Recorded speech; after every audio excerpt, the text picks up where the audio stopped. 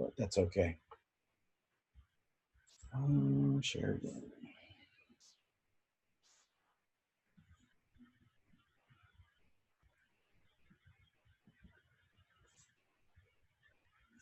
So you are truly an instrument in the process. So you've been to a job interview or you've been to any kind of interview, it is no different. My greatest story for this is that I had to be in a court case one time that these parents were suing the district. And I went in to see the lawyer, and I'd already told the district lawyer, okay, I do this for a living. I draw up questions, and I do teach research methods and everything else. If he can't ask questions, I'm going to beat him up to death along the way. And he would ask questions that had no answer, and I have to say, okay, can you rephrase the question? Until he framed it the right way so I could answer the question that I wanted him to answer. So he said, do you believe that he held the girl down because it was a use of force? Do you believe he held the girl down because she was black? No. Well, and he let it go. And then sometimes he would ask questions, and I would just kind of go, I kind of beat around the bush and make him ask the right question that I wanted to. That's what happens in those situations. You're going to have a set of maybe 5 or 6 questions. Like I said, my dissertation, I had 15. I went overboard. I wasn't redoing it, okay? In respect to your paper, if you decide to go qualitative, you always want to have a lead-in question. So like for mine was, tell me about your coaching career. Knowing that I had a chance of being there with the coach for 15 minutes to 2 hours while I listened to him spew about all the stuff he did. And some were pretty short and some were like huge. I mean, the one guy had been coaching for almost 40 years and he had played at UCLA and everything else. At that point, I'm not really an instrument. I started the process, I put the key in the ignition, I got it going. But what it did was it allowed him to become more comfortable and think about where he was at. So when you're thinking about this, it's not just, hey, I got 5 questions and bam, it's done. You have 5 questions that may have sub-questions of 2, X, Y, and Z, and they change for each person, but they're all asking and diving deeper in. I can tell you, my first interview, I was so nervous. I was nervous on 2 sides. My first side was that I was nervous that I was going to blow this thing completely, period. My questions were bad. Once I got into it and got going, I began more comfortable. By the time I got to number 7, 8, 9, man, it was just like I was just rattling off questions and I kind of knew which direction to go.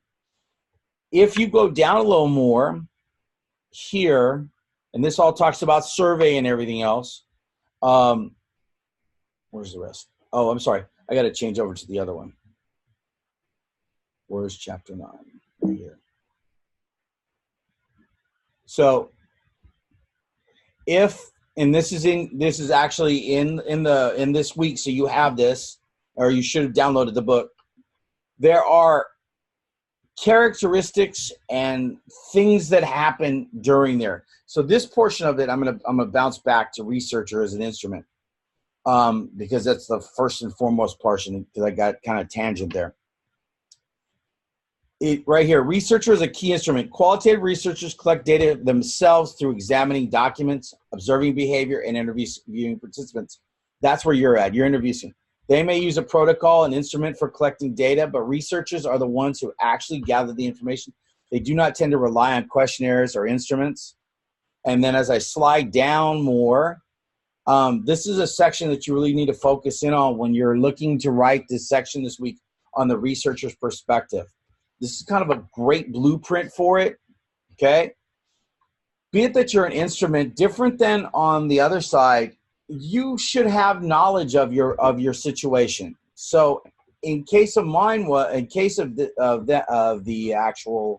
my actual dissertation, and the ones I have read online as I was doing this, the idea here is that as you go into this portion, you really have to do an introspect into what you know about the topic, okay? So I'm working with another dissertation student at Concordia, and he said, well, I know the participants. And I immediately said, take that out. Because if it goes to, when it goes to IRB, they're going to say, you know the participants, you can't use them. Doesn't mean you can't know somebody, but it's not something you really go after and tell people that. you disclaim that you have prior knowledge of them, but you don't look at somebody and go, tell somebody I know all about them, because then the word bias comes in. Okay. And when we do qualitative inquiry like we're doing, you have to be careful of your previous biases, and you're going to have to explain them. Part of it is, so like I had been watching high school football for over 40 years as a security officer, and watched these different things happen on campus with everything. So it's kind of like it's a broad spectrum idea. So let's say we have somebody that's doing like exercise. Well, if you have been teaching an exercise class for X number of years, okay, it doesn't matter. You got to take the time to explain that you have experience in this area. Different than doing a quantitative where you just say, okay, this is it, and here's the need for the study. In your research perspective, you're talking about what you already physically know about. What you know about that topic, what you've done with the topic, and what qualifies you to do this. So if you pick a topic that's completely out of left field, that you know nothing about it, it will never pass IRB. So that's why I tell you, you really need to pick a topic that you know about, you have experienced, like my burnout or some of the other ones I've seen along the way where they have worked in it. So the guy's doing the one dissertation he is doing it on this country he's from, Qatar, who's doing the World Cup in a couple years, and he's looking at the cultural benefits and aspects of it. Well, he has a knowledge of that because he's been in that system and worked in that system. So you have to, as a researcher's perspective, first thing you're going to talk about is your past experience. And then the next one, comment on the connections between the researcher and the participants. Okay? So, like it says here, okay, involves studying researchers on organization, friends, or immediate work setting. This often leads to compromising the researcher's ability to disclose information and raises difficult power issues. Although data collection may be convenient and easy, the problems of reporting data are biased, incomplete, compromised, or lesion. Okay? In studying in the backyard necessary, employ multiple strategies of validity, as in there, we'll discuss those later. Okay? So the bottom line here is that if you know your participants, you'll say that you have prior knowledge of your participants, but not in this setting. Okay? So bottom line is that your the researcher's perspective first and foremost talks about your involvement in your past experiences that bring this to you. Okay? If you don't have past experiences in it, you need to really focus in on changing your topic because it won't pass IRB. They're going to go, why are you doing this if you know nothing about it? Research prior to and all that doesn't matter. It really matters that you understand you have it. That's why it's a phenomenon. You have seen this happen. A phenomenon, to be a part of a phenomenon, you have to be a part of it. Okay? It can't be like I saw so-and-so do this last Wednesday and that's why I picked it. You have to have been an active participant in this phenomenon or been a part of it for a while. So just like exercise. If I've never exercised in my entire life and I want to do exercise and the effects of exercise, you're probably not going to pass IRB if you've never exercised. If you're an exercise person, that's fine. If you have anxiety, okay, I know somebody's doing it, then that is something that you can bring up. And you have to be open to say, the primary researcher has experienced anxiety in X, Y, and Z, and would like to dig deeper into why students have anxiety. Where would we put that? Whoa! You're in a big room, babe. Okay, go ahead and everybody mute. What? No, I'm asking you a question. I know. Go ahead. Oh, I can't hear you. Why can't I hear you? That's awkward. I don't know. Here, okay. Where would we put that if we have previous research in there or like experience? Where would we put that in the methodology? Yes. No, actually, it's called the whole section is called researchers perspective. It's like under the methodology or where? No, it's in its own section. Okay. So that's what to do this week. Okay. Okay, Thank you. no problem. So as you go through and you finish, okay, that section, it's not really a need for the study. It's more an idea of your participation in the study and what you already know. Okay, where is that? What you already know and what you bring to the table. So it's real important that you understand that. So this researcher's role section is real important to read and understand. All of these sections are not very long. It's not drawn out. A lot of you sent me the need of the study and the purpose statement. All I need for a research study of a qualitative, I need, boom, done. Purpose statement. And then for the research question, a lot of you are sending me 3 research questions. There's only one. There's only one. It's almost the same as the purpose statement. Okay?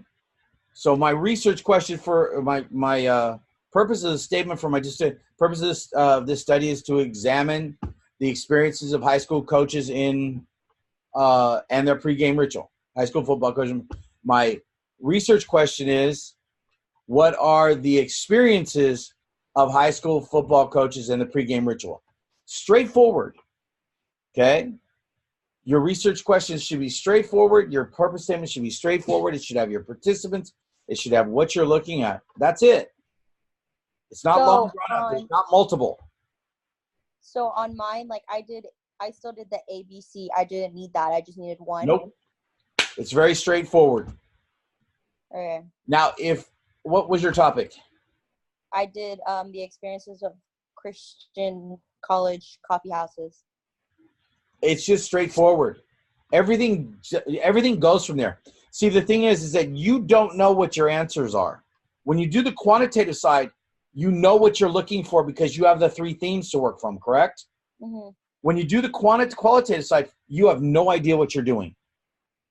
You have no idea where you're going to go. You have no idea where you're going to end up. It's a blank roadmap.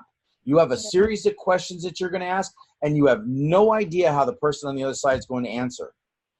In a quantitative, you know how they're going to answer. It's going to be strongly disagree to strongly agree, or yes, no.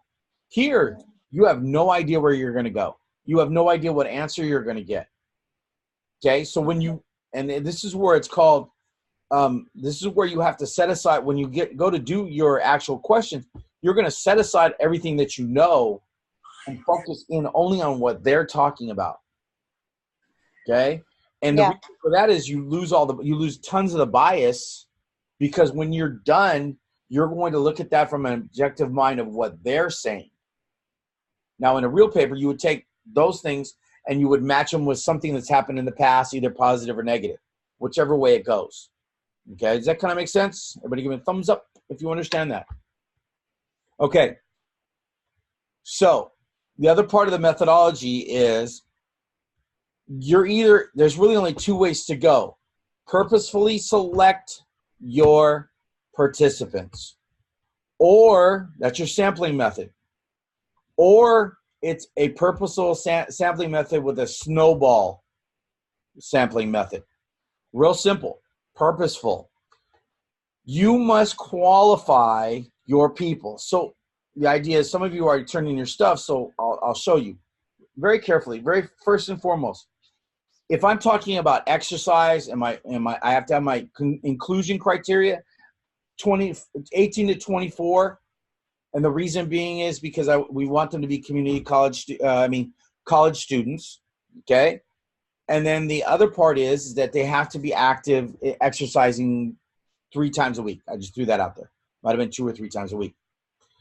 You're only going to take those people that fall in that criteria. That's why it's called purposeful. Now, doing the hardest part of qualitative is getting your participants to actually sit down with you for an hour and you would ask the questions. Okay? That's why if you get in the chance where you're getting people saying, hey, I got another exercise person over here, then it's snowball. Okay? So it's still purposeful, but it's also snowball. And you need to make sure that's there, because if it comes out later on that you went outside your IRB, they can deny your whole paper. So just be open and honest. If you're going to get people to help you get that 10th, 11th, and 12th, and you haven't reached saturation already, then guess what? You go back and you change it to snowball. It's a couple sentences. You find it in the book. You put it in there. It was done this way. Why was it done this way? Because I had trouble getting participants, and I took information from the initial participants and to qualify the new participants to be in the study. Done. It's pretty simple. Okay. You'll see here that it talks about the setting and the actors, and they call them settings, actors, events, and process.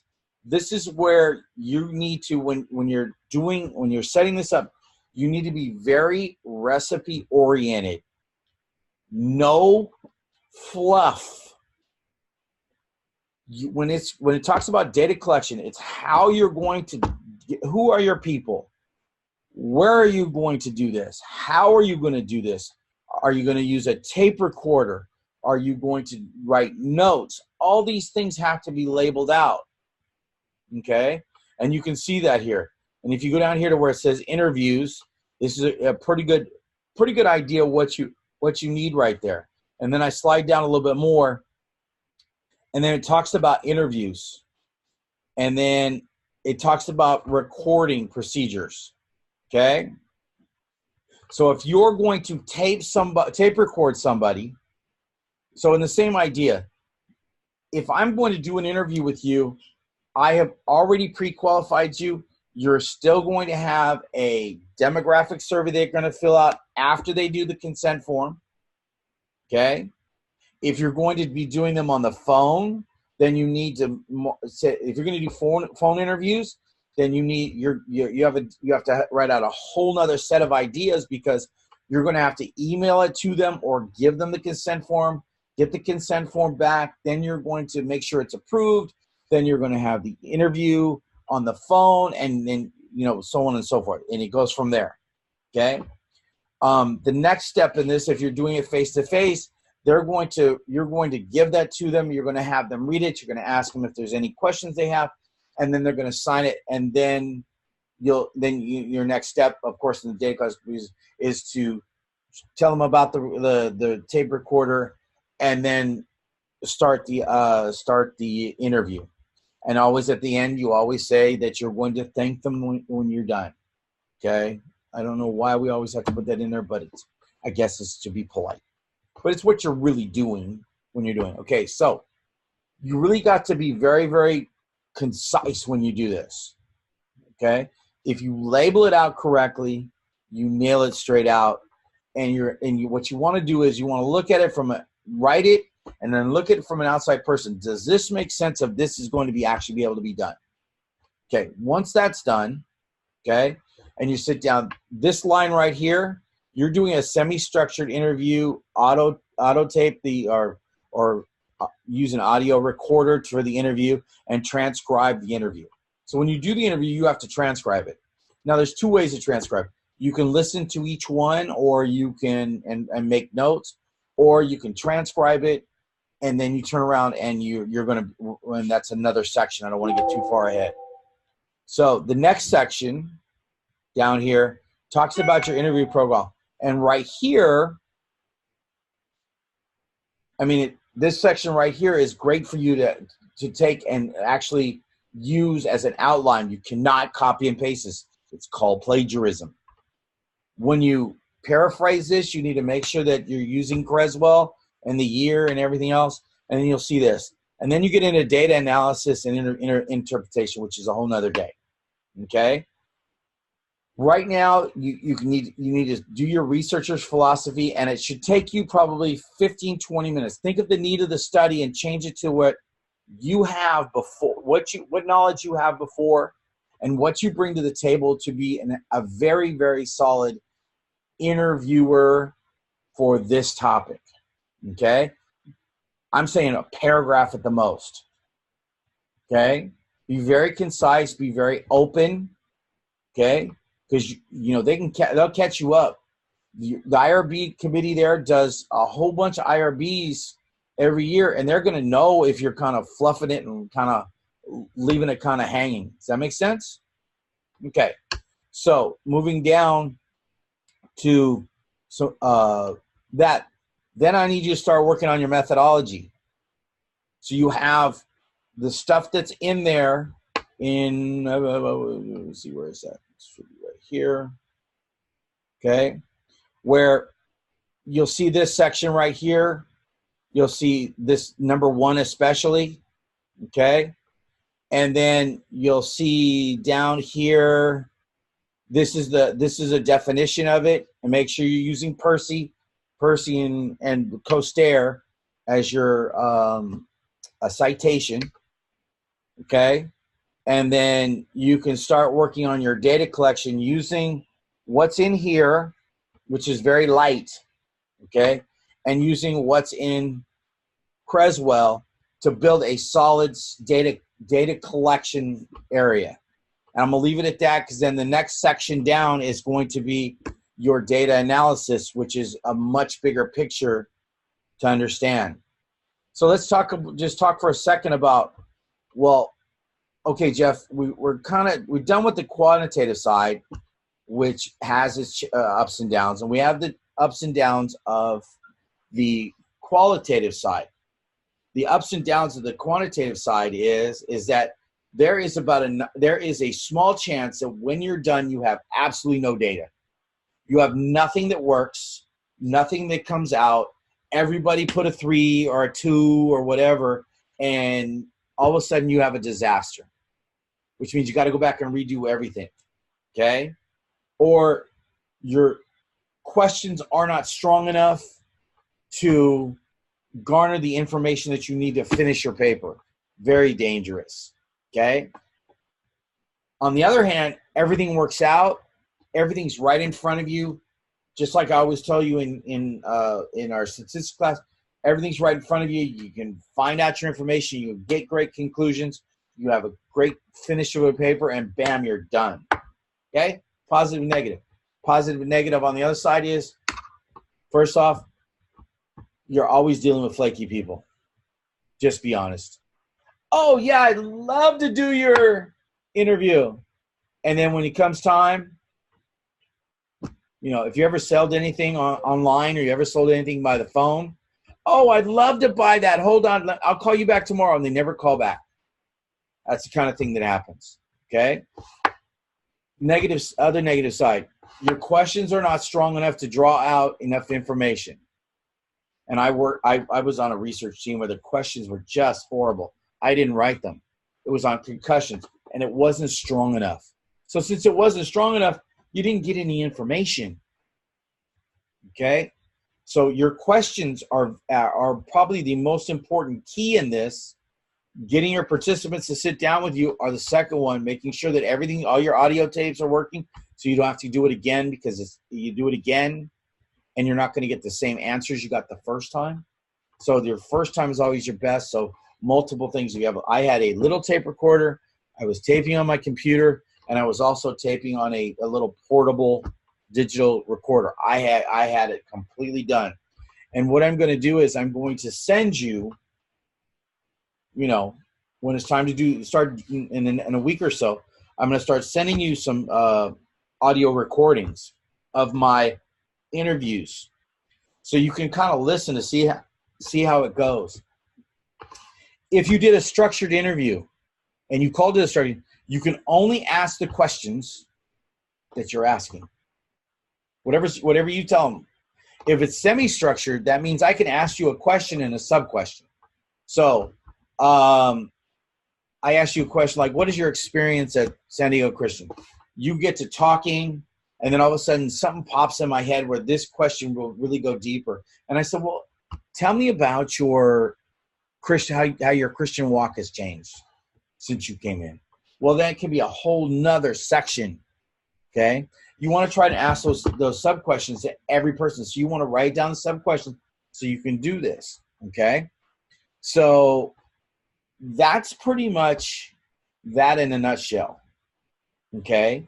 So you have the research philosophy. And remember, I just need you to get it done and turn it in. We'll bang it out and get it done so it's ready to go. Start working on your methodology for next week.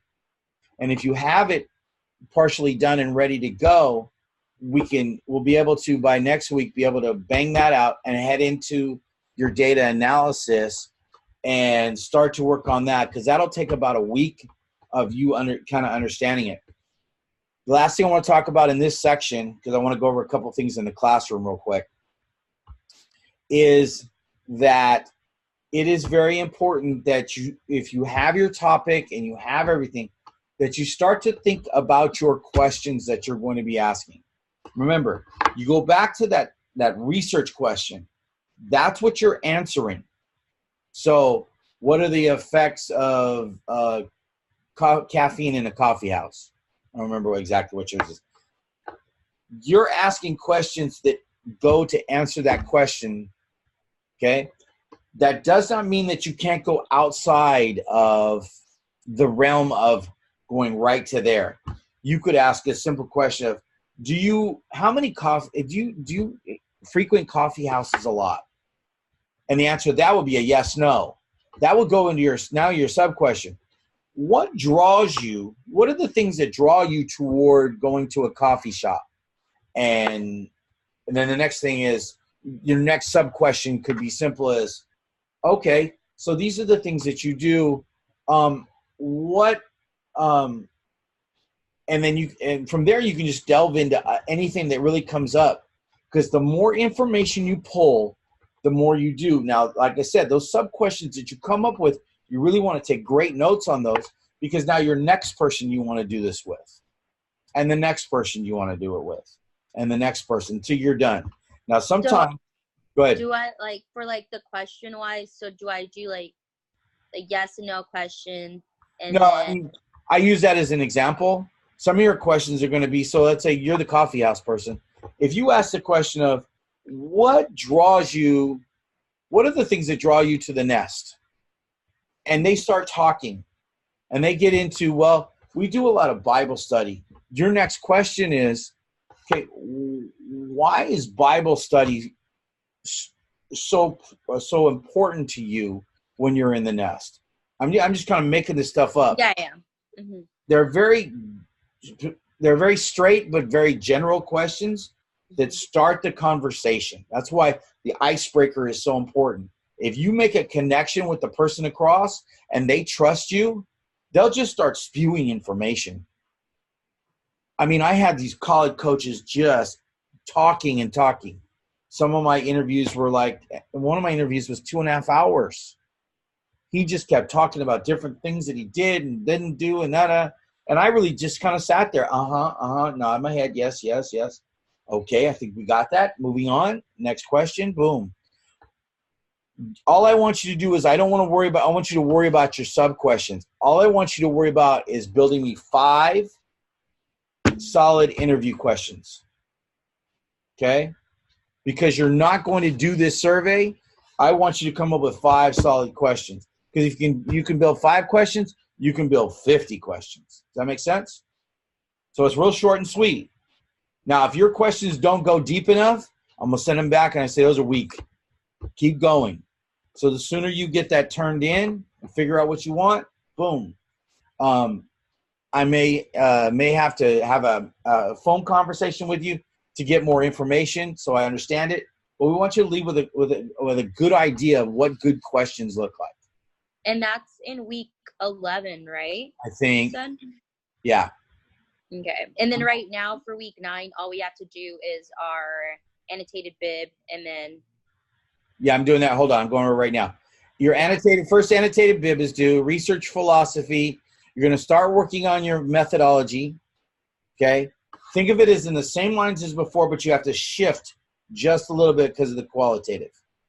Okay. So follow that Creswell, and you'll be pretty good on your methodology using the Percy as a guideline. Okay, but our annotated bib are the same as they were. Yeah, I just need the 2 annotated bibs formatted correctly with the citation at the full citation at the top, writing it just as you did the last time. If Okay. you got them right last time, just keep that going. You got to have 6 total, just like you did before. Okay, they're going to go in your final. But that's Okay. all that's due this Sunday, right? Yes. Okay. So it's Okay. annotated bib, 4, and the researcher's philosophy. Okay, Due this Sunday? do this Sunday. Oh, it's because the research thing is not on there. It's just your annotated bib on your file. That's why I Okay. was confused. I'll drop it in there. Okay. Now, and then start working on your qualitative methodology, and then next week we'll start working on your and I want you to start working on your interview guide right now. Okay, the sooner this gets done. Bottom line is, the sooner you're done with this, the better. You already know 90% of the stuff. It's just tweaking it now to the methodology. Hardly anything is going to change. Your number of participants are going to change. Your number this. But if you look at it, everything is the same. You have you have research questions. You have this. If you get started and start working on your methodology and you start working through it, okay, you're going to be done in a week or two.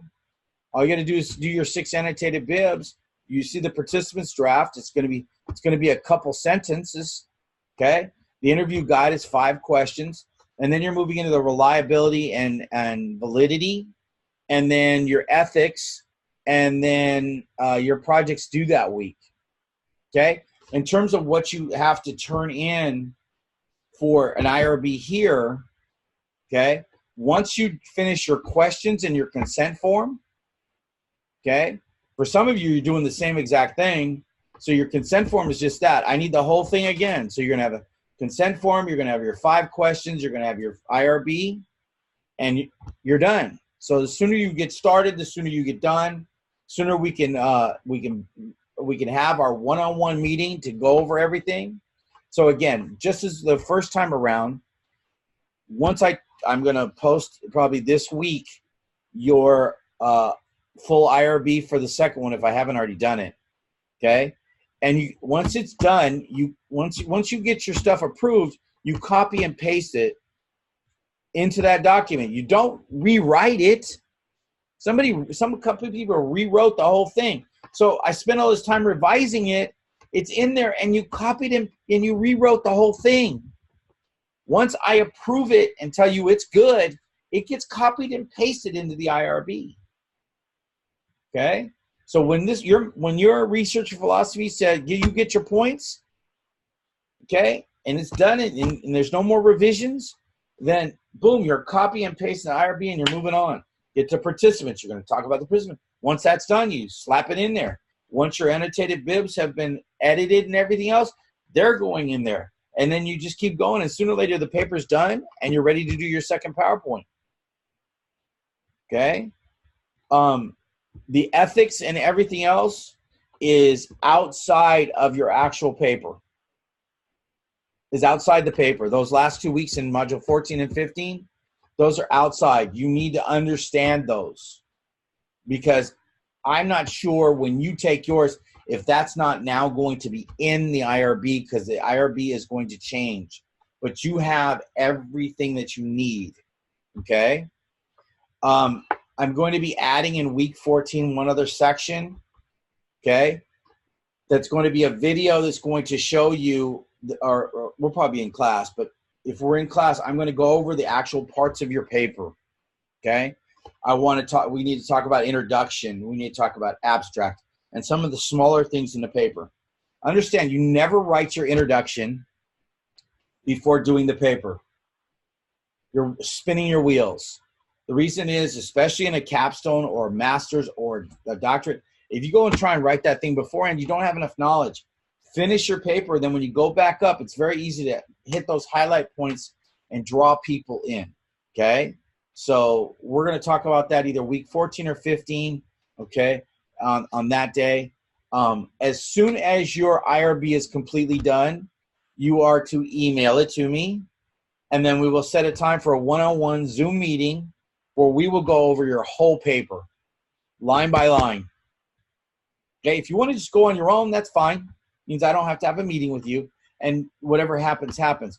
But once your IRB is completely finished and you think it's done, it doesn't have to be right. Okay? It has to be done. The consent form, your questions are in there, all set up, and then you're going to turn around and we're going to go line by line and check everything over. How can you miss if I give you the answers? Okay? Once that's done, then you're turning your IRB, you're fixed doing the revisions, turning your IRB in, and you're starting to work on your PowerPoint, which is basically the same PowerPoint you did in the first half. So if you've got everything done, and most of it's copy and paste. So, you've done the work. Now, it's the fruits of your labor that count. Okay? So I want to go into the classroom here and talk about a couple things. Got to figure out who the person was. Assignments. 6 citations. Now, the 6 citations was due last weekend, and it was basically, and I think, Jessica, I think it was yours. Was it wrong? I think I sent it back. Nope. You gave me 100, Nope, so nope, you're good. okay. Whoever it was, it wasn't something major. I got to figure out which one it was.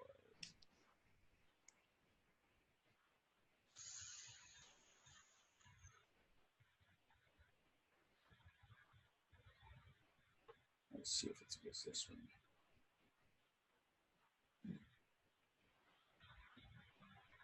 Okay.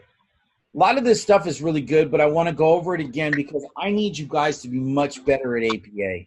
Okay? She did a pretty good job here. Okay? But it's paying attention to detail. Okay? That's real important. Okay? Is Malia in class today? Malia not here? All right. Sorry, I can't ask for permission. Okay? You notice that everything here is right, and you see where I marked this? Like all these caps have to come down, and some of you did a really good job. The ones turned in did a really good job. But some of you have a comma fetish. You love to just stick commas everywhere. You got to know where your commas go. So like right here, she has I took them out already, but there was commas here and commas here, and a lot of you do this. Okay, you got to know and see. Like if you were to actually turn this in a capstone, it might get thrown back to you. And the reason being is like, where did I see it? There's double periods in places. And just like this, what is this word right here? ABSEN. And we all make these mistakes, but paying attention to detail is so important. So like right here, she had a comma. And right here, she has this, there was a comma here and I took it out. Okay, and it was other little things. It's those little attention to detail. Now, I don't think we can see it. I can't see it. You can't see it? No. Wonder why I'm sharing. We can see like your Cursor moving? Yeah, the Okay, hold on. qualitative research. Thank you. Thank you for letting me know. There. Can you see it now? You see red on your screen? Yes? Okay. Yes. All right, going back real quick. You'll see how there's no space here, right here. Okay? Should be one space. Okay? And you see that it's just little tiny things, and we all do this because we get in a rush and think we got it right. Now, this is something from me to you. Okay? You see how this is on the wrong line? There's a line here. So what you have to do is you have to take this. Whoa. Why did I go to the library? Oh, I know why. Okay, can you still see it? Give me a thumbs up, please. What you have to do is you have to highlight this, right-click, and then go to the hyperlink and remove the hyperlink. Should be no hyperlinks anywhere. Okay, it comes up red right now. Okay, and then what you have to do is you have to guess where this is, and then you have to backspace.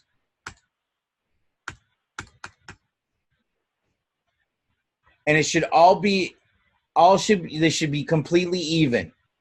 I'm not going to make you do that, but you need to understand that when you do your capstone, it has to be done. Okay?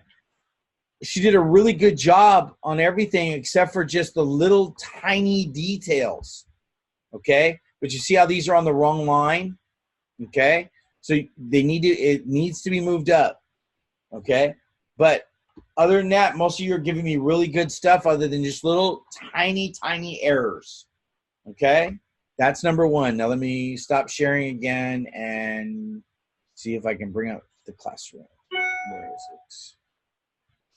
And then, Professor, yes. Guillermo asked if he could see a correct one. Huh? Guillermo asked if he could see a correct one. It's like, so is it the spacing that you want? Take me off the mic. Okay, so what I'm telling you is that when you do your capstone, you're going to have to move all that stuff up so it reads straight across. So you have to take out the hyperlink, okay? And you remove the hyperlink by highlighting it, right-clicking, and go to hyperlink, and then take out the hyperlink, and then come back and then chop it up so it'll move up so it's all in one line. So what it is that it takes a little bit, but you just kind of guess how long it is, and you click on the cursor, and then you just drop it down a line and you move it up until everything lines up. Does that make sense? Yeah. It's something you just have to practice. Okay. Okay. And then, was there another question? No. Okay. And then I think I want to go to,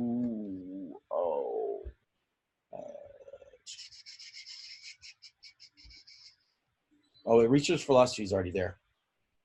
Qualitative. What other assignment did we do? Oh, qualitative IRB part 1.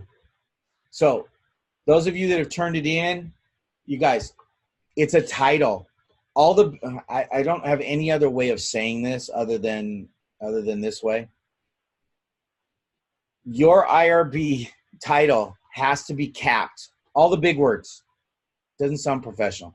All the big words. So like the first letter of the, like the, okay? If your title has to be conclusive.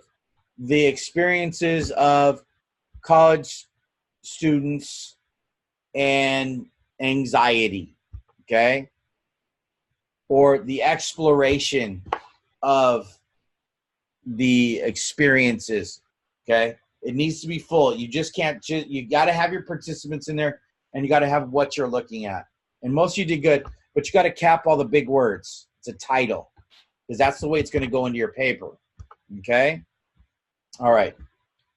So let's go over what's necessary. Researcher's philosophy, okay? Look at the 2 documents, especially your Creswell Chapter 9. You'll be able to easily write that. It should be about a paragraph, okay? And the idea is when I look at it, when I'm looking at that, I'm going to go, does it make sense that you understand your topic and what you're going to be writing on, okay? If it doesn't, it's going to come back to you. And you guys need to start editing this, doing the edits I tell you. The next step in the process, very simple. Start working on your methodology, just the beginning in your data collection, okay? Next thing, your 2 annotated bibs are due by Sunday. If you wait till Sunday, you know, you're not going to get a full revision like you really need, okay? So get them in early. The next thing is, there was something else we worked on tonight. Reasonable methodology, No, and that's, we'll start working on your questions, okay? Feel free to send me your questions in an email. Don't send me the Word document. Type them in or copy and paste them in. How do these questions look? You can also, if you have a question that you think might work, make sure you tell me what your topic is, of course, but then come back and send it to me in a text message. What do you think about this question? I'll give you some insight. If you want to do this all on your own, feel free, okay? But ask the questions that are necessary, and everything will come out real quick and easy. All right. Are there any questions? No?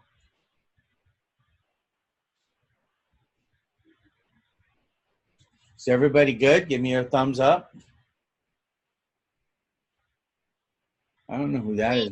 Wait, I have a question about the researchers thingy. What Uh-huh. research philosophy? So we kind of just write about how we had experience in there, and then how we got our participants. No. It's all about your philosophy toward this topic.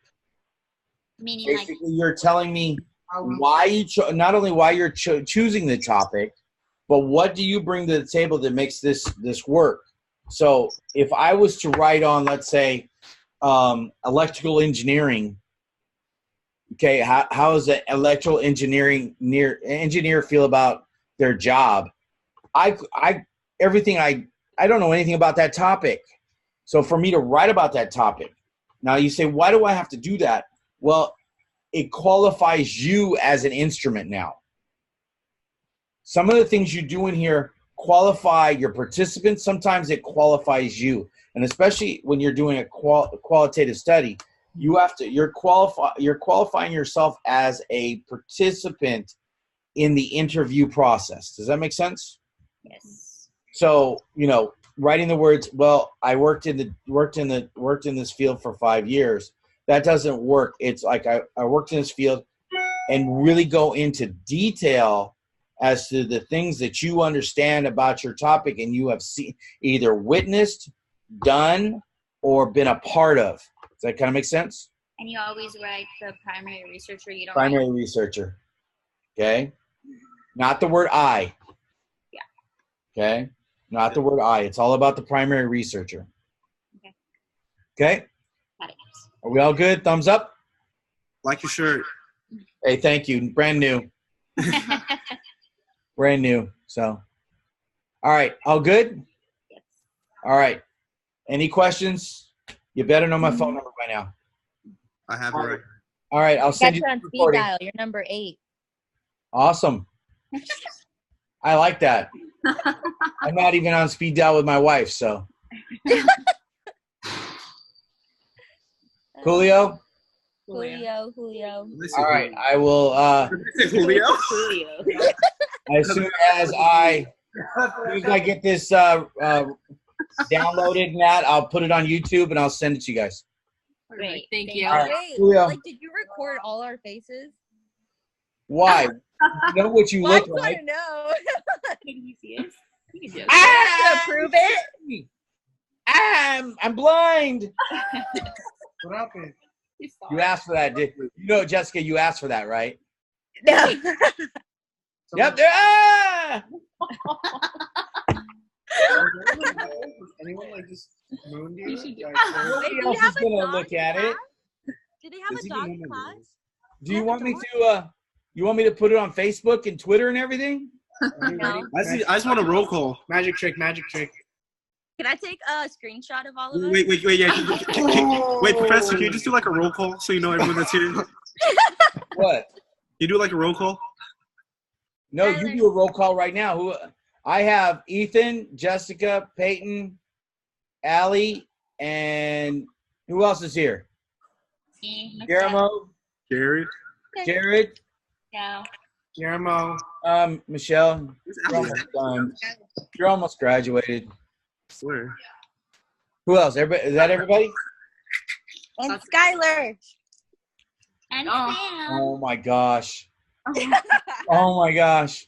Oh, Everybody's here. You guys are crazy. I'm gonna FaceTime Alice so she can see if I can see myself on FaceTime. All I see right. Allie. All right. Let me see We're all myself. good. Okay. I'll see you next week.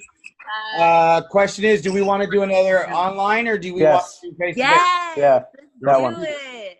Wait. I'll tell you this. If I don't get stuff in the inbox this week for homework, we'll be face to face. that's fair. Y'all better turn your stuff in. Amen to that. Face? Yeah. All right. We'll turn our All right, stuff guys. Have a good night. Okay. Bye. Bye. Bye. So am I.